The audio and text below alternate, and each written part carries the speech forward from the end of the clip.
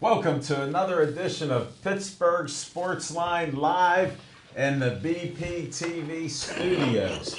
Thank you very much for watching us on Comcast 7 only in Bethel Park. We appreciate you. And you can watch us on Verizon 32 in Bethel and everywhere else. I'm Al Levine, the talking machine. I got Chip Hayner here and Smoking Jim Frazier. They've been discussing a little football and other stuff and bracketology, so we got a lot to talk about on the show, and we're going to get started with our first segment. It's called What's on Your Mind, and I'm about ready to do that. I want to thank everybody for all the likes on Facebook, 6,412. Wow. We're holding steady there. Appreciate it. And you can watch us on, as I was saying, Verizon 32 everywhere in the Pittsburgh area, and only Comcast 7 in Bethel Park, as you know that. Now, I do have some flyers that I wanted to show, and I don't know if Tessa can come out of that control room and grab a camera, but I'll hold up the first flyer. It's for Olive Oil's Pizzeria. They're the proud sponsor of this TV show, Pittsburgh Sportsline.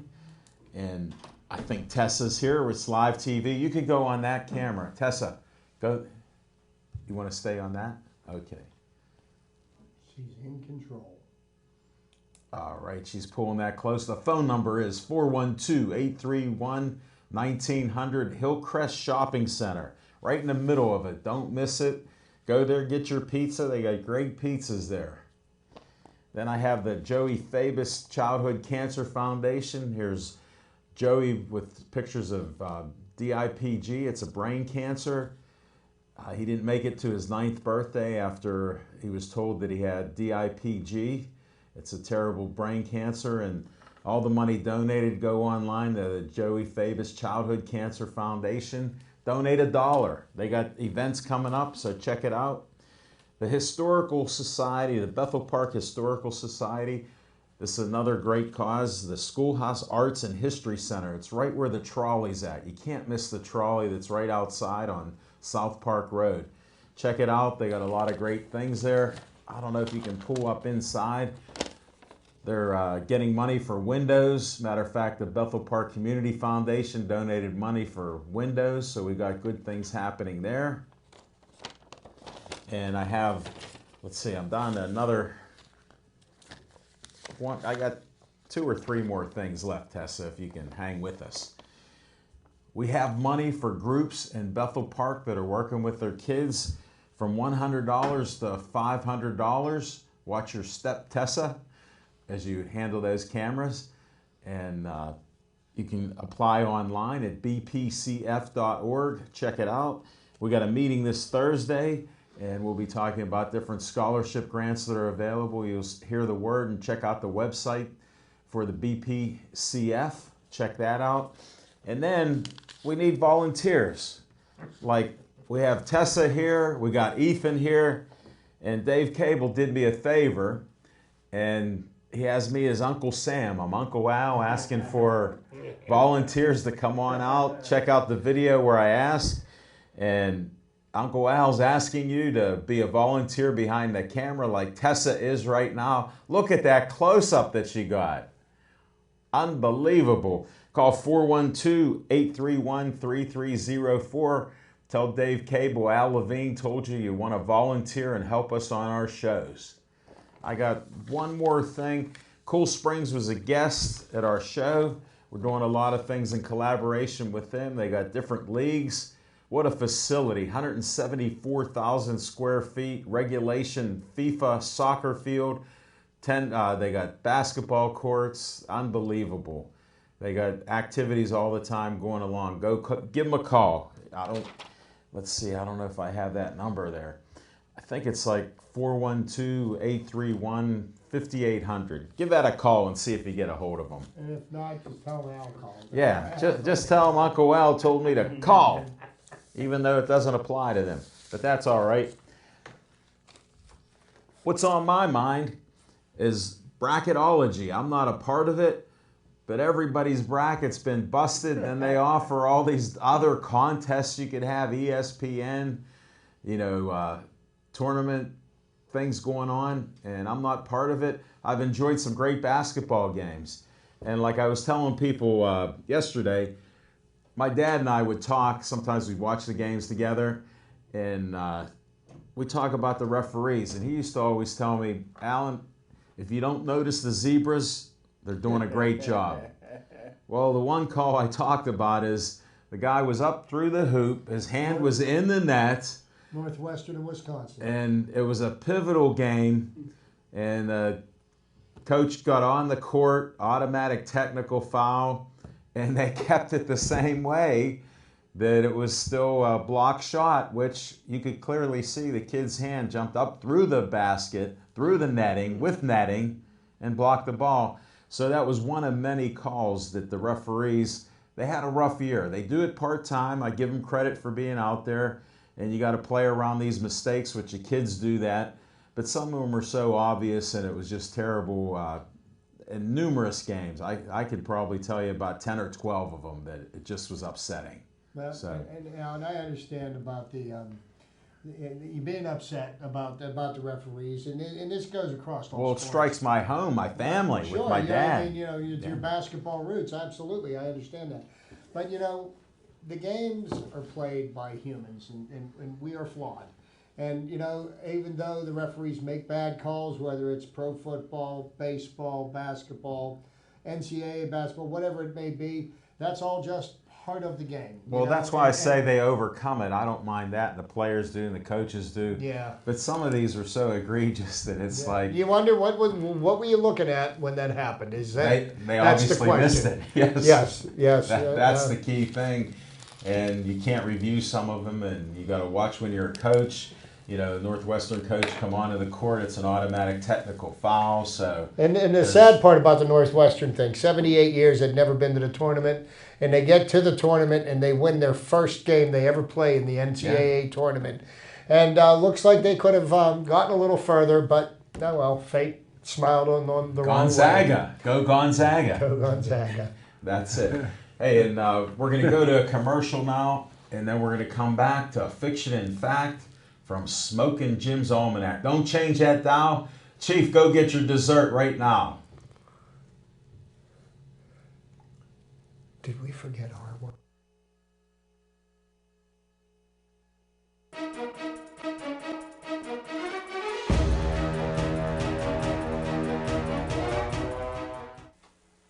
Hi, Bethel Park. Remember me? My name is Jason Planitzer. I was the host of a little show here. You may have seen it. It was called The Jason Planitzer Show. What would you say your experience at BPTV, how has that had an impact on your life? I found my voice. I learned how to be funny. I learned how to create things. I learned how to collaborate with people here.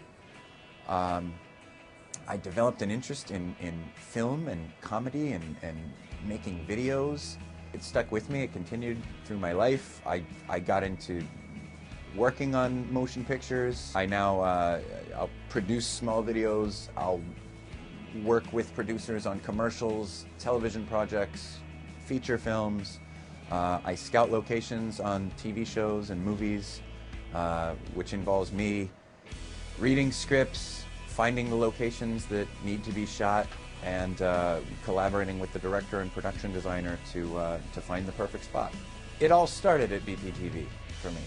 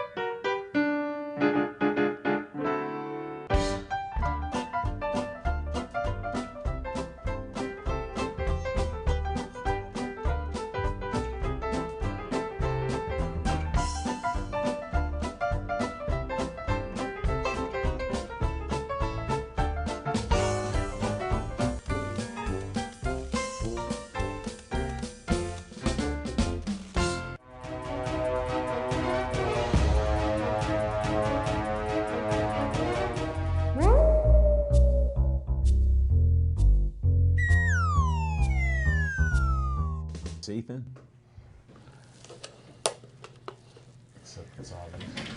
There's Alan. All right, we're going to go to Smoking Jim Frazier with Fiction and Fact from Smoking Jim's Almanac. Thanks, Al Levine, the talking machine. And I tell you what, the Fiction and Facts with Smoking Jim's Almanac What happened? really goes back not real, How many minutes? real long, last night. And I encourage parents all the time. I mean, I've been working with parents for the last 10 years, primarily in the black community. Single. It's unusual that you brought the race card out early. Early. Single parent households. And So I just the mothers. Just the mothers, and I try to encourage anybody with daughters to get them involved in golf. Because We were swimming last week. What happened to golf this week? We swim in the more affluent neighborhoods like Monroeville. But in the inner city, Affluent there? in the inner city, if your daughter likes golf, and most kids like games, and golf is a game. And You know what? That's they one of the join. most profound statements that you ever made on the show. That Thank you. Most of us couldn't figure that out. Yeah. But thank you. And Now go ahead. and most girls eventually like boys, and boys play golf. So it's a win-win there. I But don't if get that logic. if they play golf up and through high school, they have a very good chance of getting a scholarship, because each year the NCAA gives back 20,000 golf scholarships for women, because there's not enough women playing golf, so they can pretty much write their ticket to any college in the country. You know, if they play Where golf. are you directing them to? What college? Any college that they want to. And I always use myself as an example. I had 19 scholarship offers in football coming out of high school. None of the schools was a school that I wanted to go to. Where if they play golf, they have a pick of the school that they wanted to go to. That's incredible. I mean, I wasn't going to South Illinois State.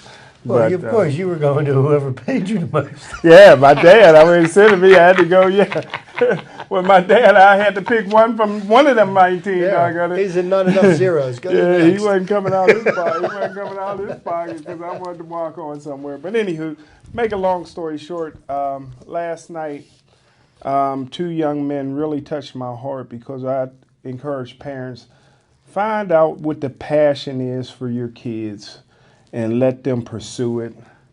We had two gentlemen, and not to step on your toes, Al, but we had two gentlemen on the show that were yo-yo national champions, North American champions.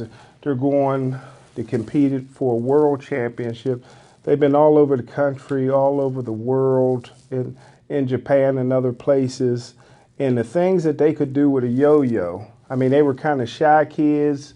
When I told them, go head up and do it. When Al Levine, the talking machine, told them to get busy with that yo-yo, I mean, they were doing some things, two rope strings or whatever, and one yo-yo. I mean, it was amazing. It looked like magicians. And I was so proud of them. And they didn't hit themselves. They didn't hit themselves. I didn't know where they found the time as adults to practice those many hours and playing yo-yo. And one kid told me he'd go to Cal U, so if he had my major, he got all the time in the world to practice yo-yo. Well, that may be a 19. class. He's 19. That may be a class up there. Which general was he studying? Yeah. So anyway, that's what's on my mind. I was just amazed with the yo-yo champions. And now with the Good Karma, I'm sure they'll be world champions or national champions. Now they've been on Pittsburgh Sports Line with the Good Karma.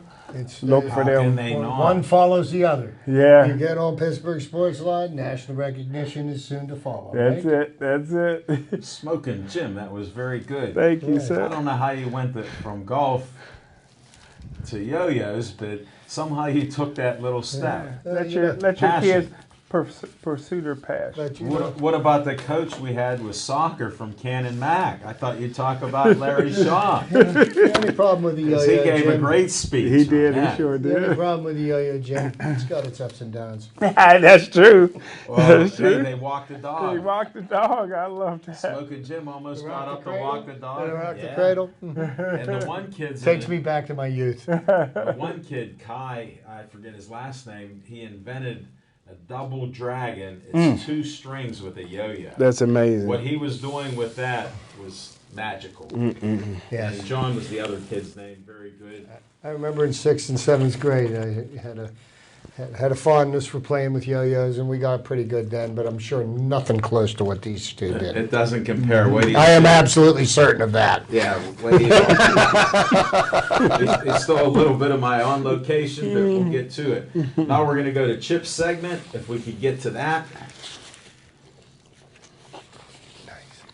Yeah. Oh, there we are. Hey, look at that.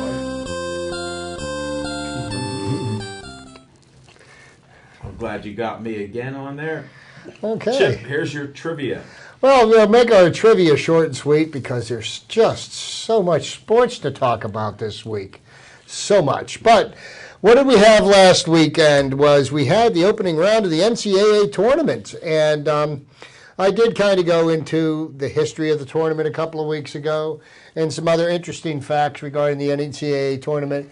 Well, I have rounded up 16 very sweet facts to preview the upcoming Sweet 16. I like that. See? Oh, yeah, you like that. And I got to interrupt you. Skip Atkins, who enjoys your trivia, told me to tell you guys that he turned 83 the other day. God bless him. And on Facebook, it had a different number and whatever else, and he had said a different number, but he actually turned 83 years old.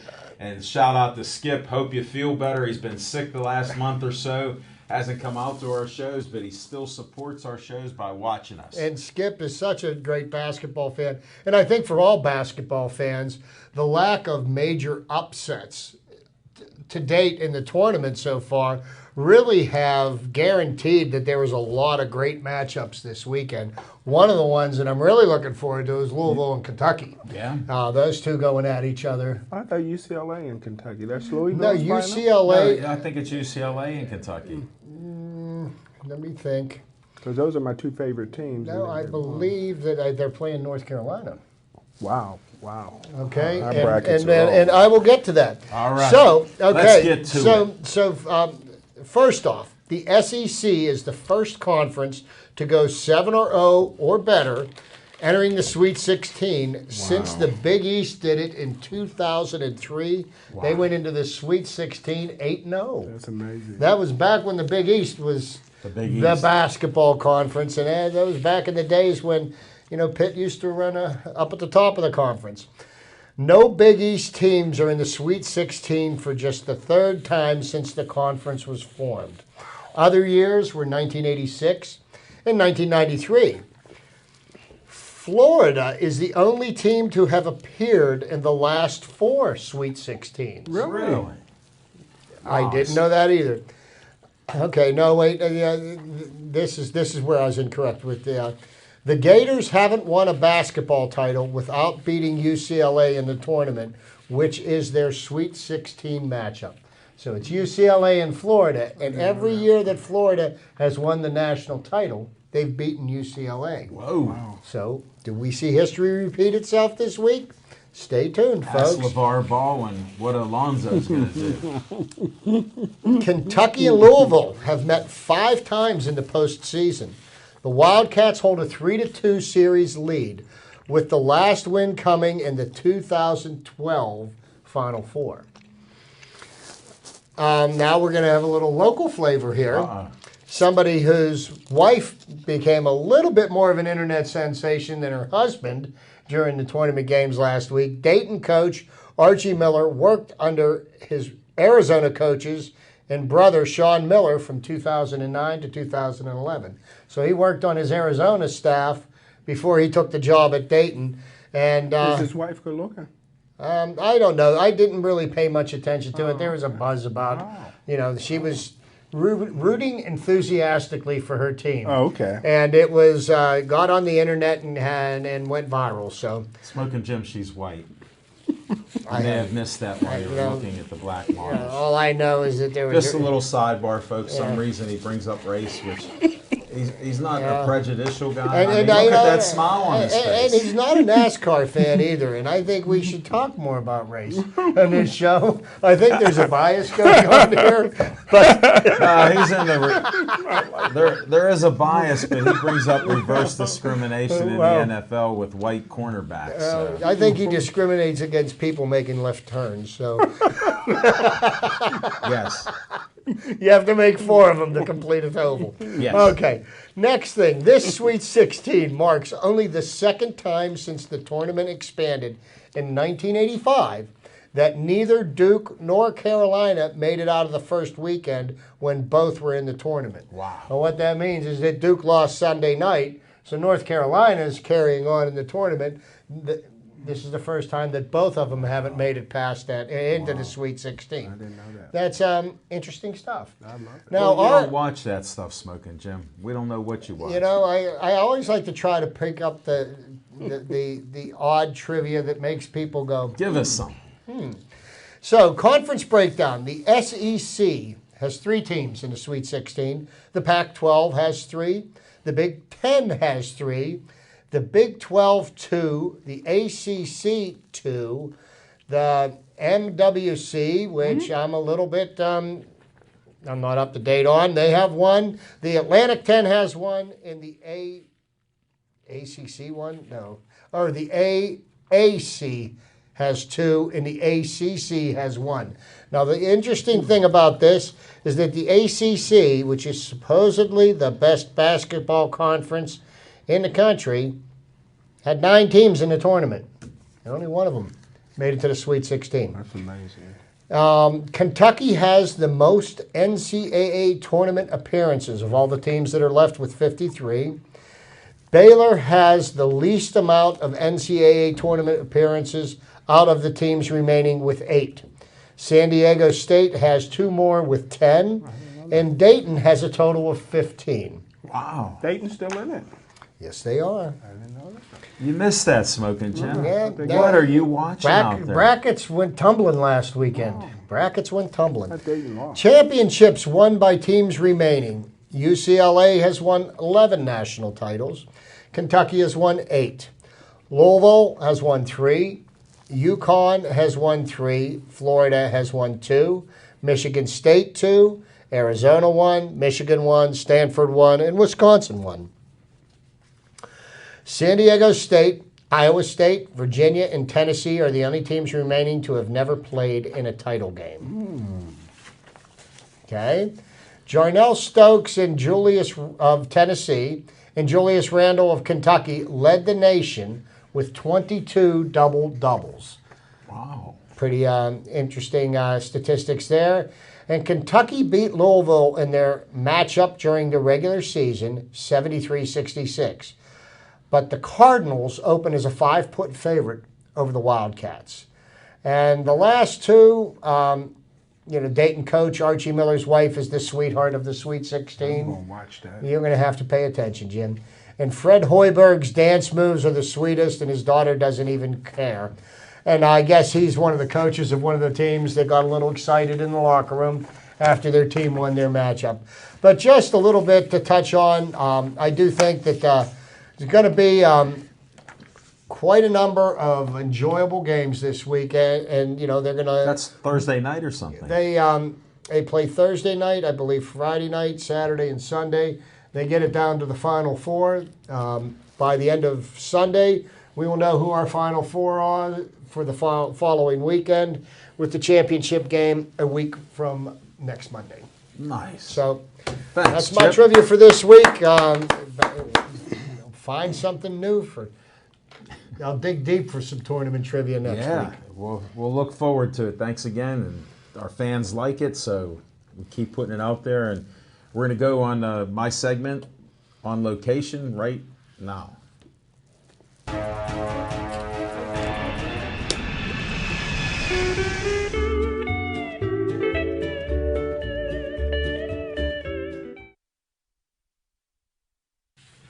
Oh, on location. We moved quick. Ethan wasn't here to give us a countdown. Thanks anyhow. Thanks. Thanks, Tessa, for using the software and the different features that we have. I know it's a chore in there, and we've got a couple more things coming up.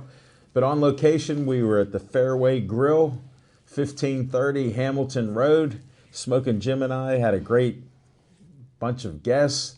We had Larry Shaw, who's the Secretary-Treasurer of the Joey Fabus Childhood Cancer Foundation. His team has won in Canon Mac the last couple years, WPIAL, PIAA, and they're just doing awesome things out there. And he explained his coaching style, how he even shows them how to make the moves, and he feels that that teaches them a lot more than just telling them out of a book and how to operate. Very informative guy. He said he wants to come back, so we'll have him back again. Nice Bethel Park resident, Larry Shaw, had him on. We had John Walsh, one of the yo-yo champions, and Kai Ism, I think is his name, was the other one. They're 19 and 25 years old. John Walsh slipped up and said that he lives in Cole Center, and it's near Cal U. So Yes. he's going to take up general studies like Smoking Jim. And I told him that Smoking Jim has 15 degrees, including basket weaving. He said that basket weaving doesn't sound too bad. I thought Jim had more degrees than a thermometer. No, he's a little short. He's a little short. He has 15 degrees like a busted thermometer. The mercury don't go up that high. Is that what you're saying? No, it's a busted thermometer. I just found it, but yeah. We've checked our sources. Nobody's seen them. They have no record of them. We don't even know what jersey. It was 22, and who knows what it is now, and what he wore there, and he got injured. They would have 22 in the memory of the major highway that goes through God's country. It was, but then I think he changed it up, because I was at a Buffalo Wild Wings, and they had some Gateway jerseys, but not a single 22. I'm a witness of that. But anyhow, we had great guests. We had Al from AHN, Cool Springs. He's a physical therapist, does a lot of great rehab there. One of our friends, Bill Chris Franciscus, had a knee replacement. He's one of the guys that works with him. So Bill showed up with some friends, a Dr. Valerie and a Dr. Munns were there. So we had a bunch of people stop out, check out when we're there the third Monday of each month, and check out our guests. Next place we'll be is the first week of April. We'll be at Hollywood Lanes, and Isaiah Wooding's going to be one of our guests, the Stop Bullying. So we'll be talking about that. He's from Penn Hills, and we'll have a great show then. Check us out on location. And, of course, keep checking out our Facebook page. I post this stuff up in the shows, and posted great photos from Frank Fabus, who's our Hall of Fame photographer. He did an excellent job. He sent me the photos last night before I went to bed. I said, I'm not posting them till tomorrow, but he did it for us. Now we're going to go on another break, and we're going to come back and talk Penguins. So don't change that dial. Go to the bathroom, get something else to eat, and stay on Comcast 7 only or Verizon 32 everywhere. We appreciate you.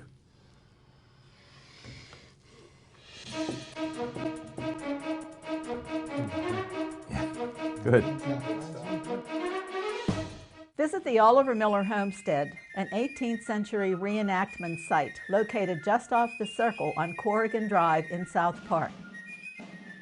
Self-guided tours are available each Sunday from May 1st until December 8th from 1:30 until 4:30 p.m.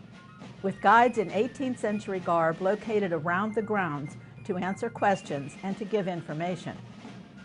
Your tour will begin in a reproduction bank barn where displays give information on the movement west. You will also see the Miller Still and learn about the production of whiskey and the importance of it and of the Whiskey Rebellion to this area. Follow the Miller Trail up the path and visit the transportation shed, demonstration shed, forge, a reproduction log house, the original spring house, gardens, and finally end at the stone house. Each month, the guides host at least one special event. The homestead is also a great place for tours, tailored to the needs of school-aged children, scout groups, or adults. Visit our website at www.olivermillerhomestead.org for a schedule for the year and much more information on the history of the Miller family, our organization, and pricing information. One of the things we do at BPTV is encourage our producers to film on location. Not only does shooting on location give our producers the opportunity to take advantage of their subject matter, filming in different locations gives each program its own distinct flavor. This also helps anyone who's flipping through the channels avoid confusion when they turn on BPTV. With around 500 programs produced at BPTV each year, the last thing we want people to think is that we're only broadcasting one program. So, you need to come into BPTV to pitch your TV show, but in terms of where you actually end up taping your show, the sky's the limit.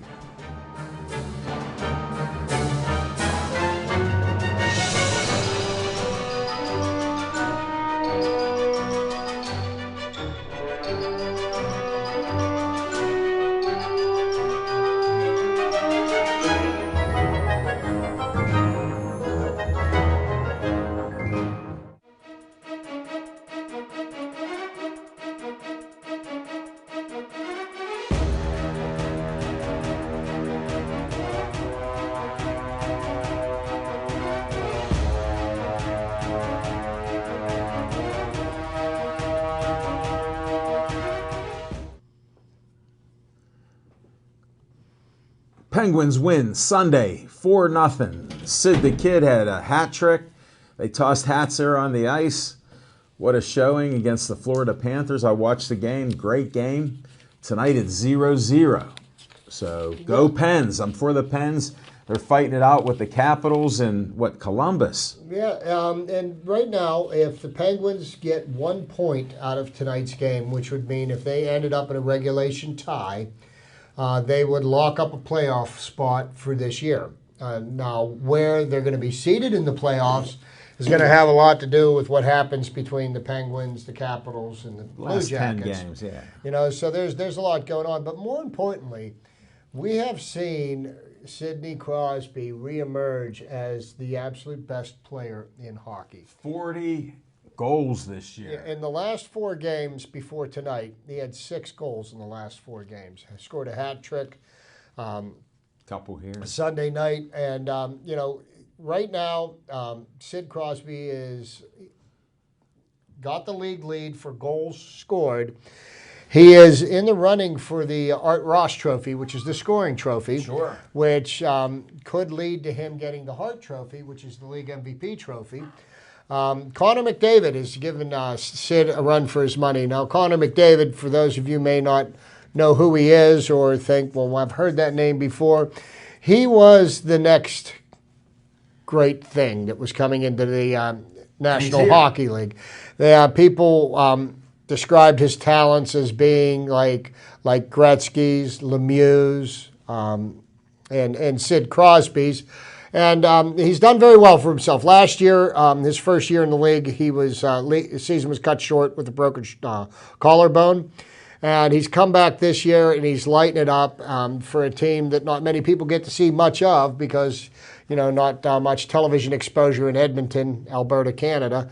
So, you know, Sid is in a battle tooth and nail with, you know, and I think that whomever ends up winning the scoring title this year, I believe that they're going to end up being the league MVP. And I think you look. He has 80 points. He's tied, I think. You look at what Sidney's accomplished this year. Right now, skating on his line, he's got a true rookie skating on one wing.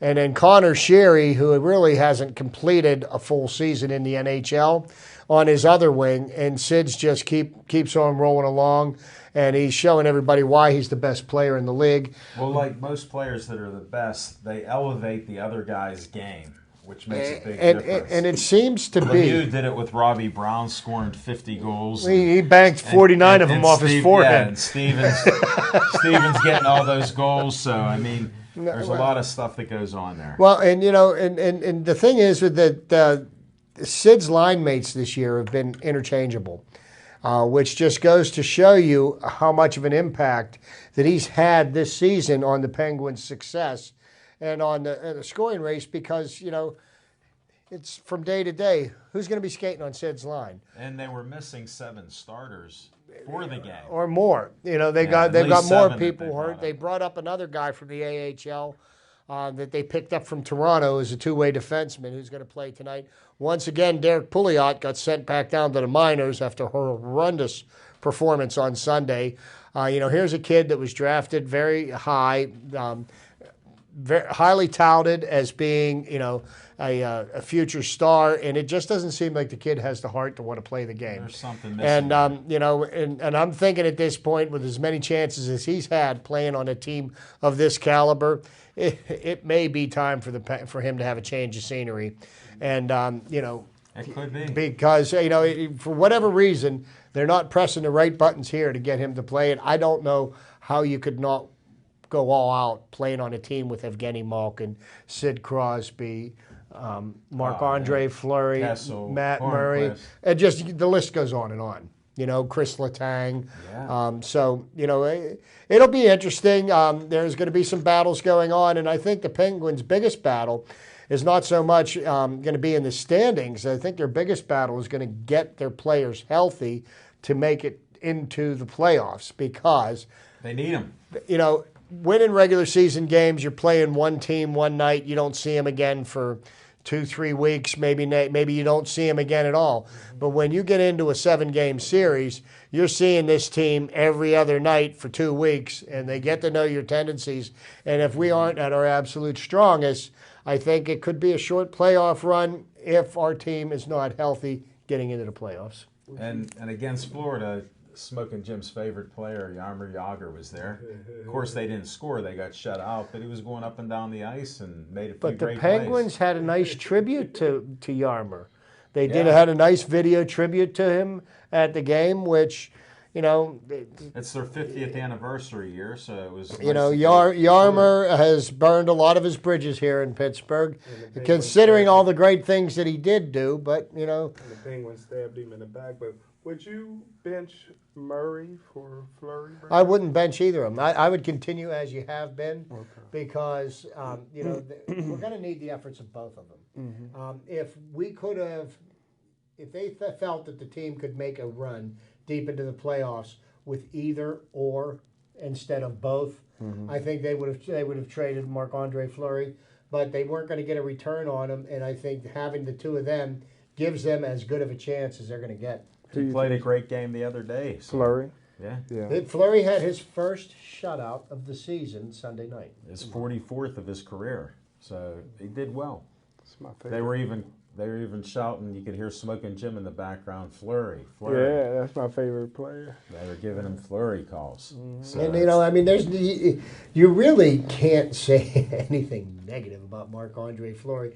The way he's handled himself through this whole situation, the way that he's the ultimate team player and everything. And he's never done anything for anybody to dislike him. It's unfortunate that in the salary cap era of the NHL, that he ultimately may end up becoming a casualty of it, and that's sad, because I'd love to see him be able to finish his career here in Pittsburgh. I don't know if that's going to be possible.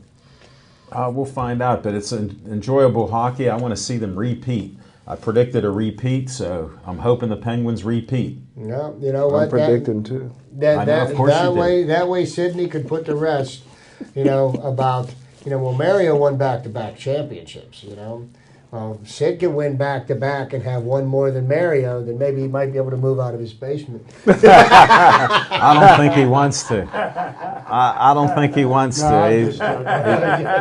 He's got to get. I knew I'd get my friend Jim on that one. He knew like that.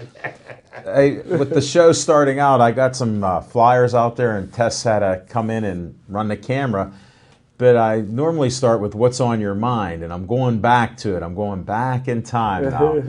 With Smoking Jim Frazier, he's had a bunch of time to think about it, so whatever was on his mind, who knows what's going to come out now, but I'm going to say, let's hear some fiction and fact, we'll hear What's on Your Mind by Smoking Jim Frazier. Thanks, Al Levine, the talking machine. And if you want the green, Coming at you. you got to see Levine.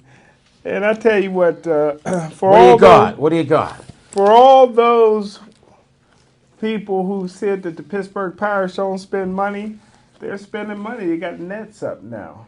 I like that. I can Yes. text on my phone and feel comfortable at the game, feeling protected by the Nets. but for the 3 innings you see about once every 5 years, I don't think you have anything to worry about. But what's on my mind is I want to drop some inside information on Darrelle Revis. Darrelle Revis would like to come and play for the Pittsburgh Steelers. I'm still on the fence about that for the simple reason the Steelers don't play man-to-man defense. I went back and watched every game from the 2015 season that Darrelle Revis played, and he was voted to the All-Star game, Pro Bowl game, and deserved it. And he was playing man-to-man. I heard he lost a step. Well, in 2016, I went back and watched every game in 2016 as well, and they went to a zone, and he was lost. He had some injuries. So in 2014, when he played, when he won a Super Bowl with the New England Patriots, in 2015 with the Jets, he was still a great cornerback. 2016 was it injuries? Was it the zone? Now the Pittsburgh Steelers hadn't played man-to-man. Was it his desire? Was it his desire? That's another thing. But I know that the pride of Aliquippa, playing in his hometown and playing here, if it was a desire thing, he would be at his absolute best. But even Darrelle Revis at his absolute best in a zone is just a marginal player.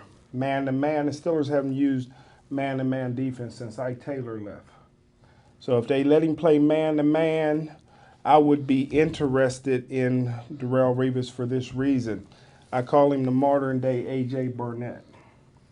The inside information here is the Jets are going to pay him in 2017 $6 million. Yep. Darrelle Revis is looking for $12 to $14 million a year. So if the Steelers add another $6 to $8 million to that, they can have Darrelle Revis for 1 year, thanks to the Jets kicking in the other $6 million for Revis. And like I said, that's similar to A.J. Burnett when we brought him here. And I can see the correlation there because, Darrelle Revis has forgotten more about playing cornerback than most guys will ever learn. Mm-hmm. So to be able to school a young Artie Burns and teach him how to actually play the position and play it at a high level, that would make sense. The only having to pay him $6 to $7 million, and the fact that he's getting the $6 million from the Jets, that would be the only way that I would even consider, and I really wouldn't consider signing him for more than a year. Now I don't know if Darrelle would be interested in doing that if he, because he seems to be a pretty shrewd negotiator, and he's always got maximum dollars wherever he's gone. Well, I was able to get confirmation that he would take a 1 year. What's your sources? He would take a 1 year. What's your sources? Well, considering all things considered, if he can still cover man to man. Now, last year, he was definitely below the bar. Was that the scheme he was playing in? Was he just to the point where, hey, I'm getting paid, I've already won my championship, but if his heart's in it and he can play, that remains, because 1 year older, if the people were saying he lost a step last year, this is another year later. There's younger, faster guys coming. One thing I can say, Al Levine, the talking machine, about my inside sources, they're second to none. If you look in our sports group today, there's a headline in there. Smoking Jim did say this 2 weeks ago. I told some people privately in a text message, because I wanted them to carry the word. I wanted them to spread the gossip, carry the word, and get some credit for it. But they blew me off. I told them 2 weeks ago that the Penn Hills football coach, who's also the athletic director, would no longer be at Penn Hills, and it just came out today, 2 weeks later, that he's taking an AD job with Kiski area. So Penn Hills let him quit rather than get fired. Give Smoking Jim another point. Yeah, so they had to put that up in the sports group, but they could have been heroes. They could have beat Mike White and all of them. I gave them the inside information. But lastly, Father of the Year. We talk about Father of the Year. Al Levine kind of brought the guy's name up a little bit. Has to go to LeVar Ball, UCLA's dad. I tell you what, I can't get enough of this guy. I mean, from a marketing standpoint, one, all his kids are going to go to UCLA. Number two, I kind of agree with him that he said he could beat one-on-one. He could beat Charles Barkley and Michael Jordan in a game. You know what he one-on-one. averaged point-wise? Well, 1 point a game or something. well, that's at Washington State, but a lot of people don't realize he played junior college basketball. We're not talking junior college. Well, he played junior college basketball, averaged 20 points and 13 rebounds. He left Washington State. Him and the coach didn't get along, and he played his senior year in Division II school, averaged 20 points, 13 rebounds. He still has his high school record for single season rebound at 318. Basketball wasn't his sport. Football was his sport. He's a great quarterback. After he left basketball, didn't get an NBA shot, he played on a couple practice squad teams in the NFL. But the guy's in real good shape. He works out his kids like crazy. Well, I like because he's a great talker. In the marketing, they got a hat out that's costs $100. You know, Baller, they got the brand. How many are out there. buying it? Huh? Who's buying He this just stuff? says he don't care. If you ain't a baller, don't. If you ain't a baller, you can't afford it. Don't buy it. You And they know, aren't so- buying it. But everybody is so interested now in watching UCLA because of this guy, and he's everywhere. He's on every TV station, and like we all talk about, me, you, and Chip have talked about over the years. The reason you never heard about this guy before, and he's been like this his whole life, is because now it's the media, the same media that's saying What are all you the writing a negative. story So about? what you're saying, nobody ever stuck a microphone in his face, so Right. now he finally got his Well, moment. the same media, but the media is a twin-edged sword. The same media Double-edged. that's saying double-edged sword. The same media that's saying all this negative stuff about him created him, and and everywhere he's at, the ratings go through the roof. Whether he's on the show, he was playing one-on-one basketball with Marcellus Wiley, beat the heck out of him. You know, He talks about his kids. Their videos is going through the roof now. Their products is going through the roof, but the media. But he's starting to get in trouble where he's talking about coaches in high school and he's putting it on different people too. So he's wandering out there like you do, and that'll hurt the marketing part to this. Because some of them are going to go, He's why just- do we need you? I'll just talk to your kid. Jim, you know, he is just Father of the Year. another No. social media flash in the pan. He got 2 more kids that's going to be better than this kid. And this kid's better than Curry. And how many hats is he going to sell after the Gators knock the Bruins off? Who knows? And he's looking for that shoe deal. I'm just saying, you know. Before you talk about how great you are, why don't you let somebody win something? Hey, anytime you get Charles Barkley to say, I'll play him one-on-one, ain't nobody that only Yeah, scored 2 I'll points tell a you game what, going you to beat me. You want to get Charles? You want to get Charles Barkley? To I beat like you? Chuck. Put a box of donuts on the rim. I like Chuck's analysis during the games. It's nice having him on there. Yeah. So Definitely. he came a long way. Father of the Year, LeVar Ball. And that's on my mind. Okay. Thanks, Smoking Jim. All right, Chip, what's on your mind? Well, 2 things, and I'll keep it a little short and sweet. Cause We got 12 probably- minutes. We probably have some Bucko talk that we want to get to after a bit. They put up a net. But speaking to Jim's point, and I have been very vocal about this point for a number of years, and you know, I believe that you know when you walk into a major league ballpark, or a minor league ballpark, or a little league ballpark, okay, whatever kind of ballpark that you get into, you're there to watch the game. You know, so when I go to a ball game, my phone's in my back pocket. I'm watching the game, and especially if I sit in the seats that are in the danger zone, which is the seats from first base to home plate, behind home plate, home plate to third base, because if you read the fine print on your ticket, balls can fly into the crowd. Broken pieces of bat can fly into the crowd. So you're on the edge of your seat because, you're there for the excitement of the game and also to protect yourself from being injured. So because people are incapable of protecting themselves, and because Major League Baseball doesn't want to be held liable for people, there's a term I would prefer to use, but not on the air here. Thanks, Chip. That they have to do things like they're putting up extra netting. Now, I'm not going to really make any comment on it, whether I think it's good or bad at this point.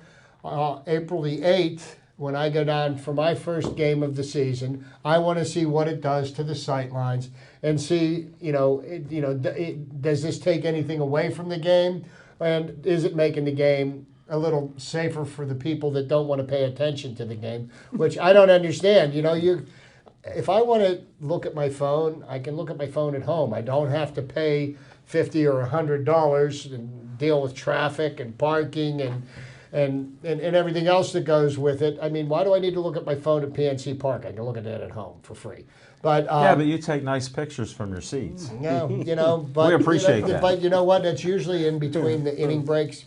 But I wanted to bring that up for that purpose, because you're unusual that the phone's basically away, not like smoking Jim Frazier. So right now the jury's out as to whether or not I think it was a good idea or a bad idea. I do understand why Major League Baseball had to do something, because if Major League Baseball would have done nothing and some meathead got hit with a baseball or a bat, and then all of a sudden Major League Baseball would be liable. There'd be class action lawsuits, blah blah blah. So that's number one. Number two, and I talked about this several weeks ago, and I continue to mention it as the weeks go on. The World Baseball Classic has turned out to be quite wonderful. Yes, I've watched a number of games. You had the Dominican Republic, who I thought was the odds-on favorite to win it all. Really stacked team. They had a bunch of wall bashers. And subsequently, they got knocked out of the tournament. They got knocked out of the tournament by the United States team. And thank you to Andrew McCutchen, who had a 2-run double in the late innings to put the United States up 6-3 against the Dominican to seal the victory. So tonight, the United States is playing Japan. Japan is 6-0 in this tournament. Japan's team has a .319 team batting average. They're averaging 8 runs a game. Now, the United States wins tonight. They will play the winner of the Puerto Rican team, who's playing the Netherlands earlier this evening. And the final will be tomorrow night. So we could see a United States.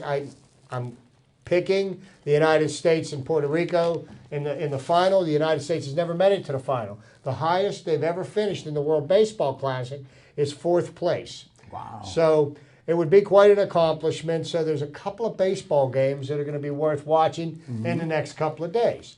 So smoking, Jim. If you get a chance to, now the one thing I do have a fault with the World Baseball Classic, and Major League Baseball really dropped the ball on this one. The only place that you can see any of these games is on the MLB network. And I think what they should have done was they should have scheduled the games in a fashion where they could get some national television exposure. Good point. I think it would have done great for the ratings. It would have done great for the sport of baseball internationally as well. Could you imagine all the different countries were rooting for their teams? So Major League Baseball kind of missed the mark on this one, but if you do get a chance, watch the games. It's some really good baseball. Polanco did a great job, too. Polanco did well. Marte did well. Francisco Cervelli did well for the Italian team. He played for Italy. And, you've got McCutchen and Josh Harrison on the American team. So there's been quite, I've seen some amazing play. Manny Machado, who's a third baseman for the Orioles. What a ball player. I've seen him make plays, seen runners thrown out at the plate, runners picked off first, tape measure home runs. Saw some great baseball. But if you get a chance, watch it. I think it's worth spending a few moments and on. Adam Frazier's averaging .450 as a leadoff hitter in the Grapefruit League. Yes, Jim, and you know what? And I think we might just segue into our Pirates Yeah, segment. go ahead. You know, because right now Segue right into the it. Pirates beat the Rays today 5-4, so they've now won 16 of 24 games Pretty good. in spring training so Pretty far. good. Yeah, it is pretty good. But guess what happens on April 3rd? Everybody's 0-0. Okay, so everything that they've done, the Pirates have some decisions to make. You know, who are the Pirates going to keep as a backup second baseman? Alan Hansen, who's somebody that was very highly rated in the Pirates minor league system. And as a matter of fact, in 2013 and 2014, he was rated, I believe, in the top 100 players in the minor leagues in the country. But he's had a little bit of an attitude problem. The Pirates are out of options with him. So pretty much what's going to happen is he's either going to make the roster this year or he's going to have to get designated for assignment. So he has had a very good spring. One of the things that he brings to the team is speed.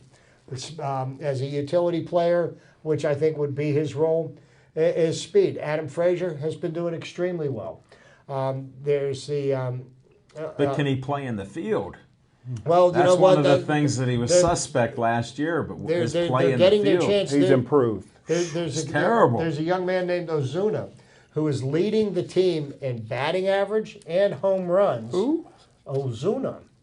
Yeah, he's hit 5 didn't home get runs that far. already. He's hit 5 home runs this spring, and he's batting like 460 something. So Wow. he's ripping the cover off the ball, and the Clint Hurdle has some interesting decisions to make Thank you. as to what's going on. Most importantly, who's going to be the 5 starting pitchers? Now, we know that Garrett Cole's going to be the number 1. Jameson Taillon has been a very strong number 2. Ivan Nova is a solid number 3. Now, Glasnow had a good game. last Glasnow game. had a good game. Brault did well today. There's a number of guys that are vying for the position, and you know the 5 pitchers that we go into the season with, I doubt very highly if they're the pitchers that we're going to see as we move forward through the year. Usually, I think about 8 or 9 starting pitchers is what a team really needs to go into the season with. You know, you can't bring We'll them all consult up. with Smoking Jim because last year he was outspoken in how terrible the Pirate pitching was. We haven't got his opinion this year. He's still the observing. reports that I've heard on Garrett Cole is that Garrett Cole has pitched very well in this spring. He's healthy. And as a matter of fact, in the one game where the Pirates played the Dominican Republic in the World Baseball Championship against the best hitters in Major League Baseball, he wasn't pitching against minor leaguers. He shut them down and did a pretty nice job. He of didn't it. pitch in the World. He did not pitch in the World Baseball Classic. The Dominican Republic's team played an exhibition game against the Pirates. Okay. And he performed very well in that game. Okay. So, That should make you feel good. you know, so there's still some questions to be answered, but I am extremely excited for this season. I think the Pirates are going to surprise a lot of people because nobody is expecting anything out of I it expect this a year. winning season. I'll go on the record early. A winning season for the Buccos. They'll play better than last I year. think the team in the National League Central that's going to fall off this year is going to be the St. Louis Cardinals. Okay, they've been good for a long time. They, you know, I see them falling off. I see the Cubs still being strong, but you know, can the Cubs avoid the injury bug? And we'll see how that works out this year. Because last year they didn't have anybody on their starting pitching staff on the disabled list. If their arms stay healthy, they could be a force to reckon with. But 162 games. Well, I'm That's still a- worried that's a a little long bit about the season. Cubbies. Give Man Made some credit. We got to give Man Made a shout out. Yeah, before we end the show, we only got a minute left or less. We saw some great boxing at Mountaineer Casino and Racetrack. Smoking Jim and I were guests of Angelo Magnon, who Made Men Productions, got us media passes. Can't go wrong with that. Had a great time. Ran into the Lumberjack, Bill Hutchison, Kendall Rudolph. What do we got? Penguins 1-0. Penguins 1-0. There we go.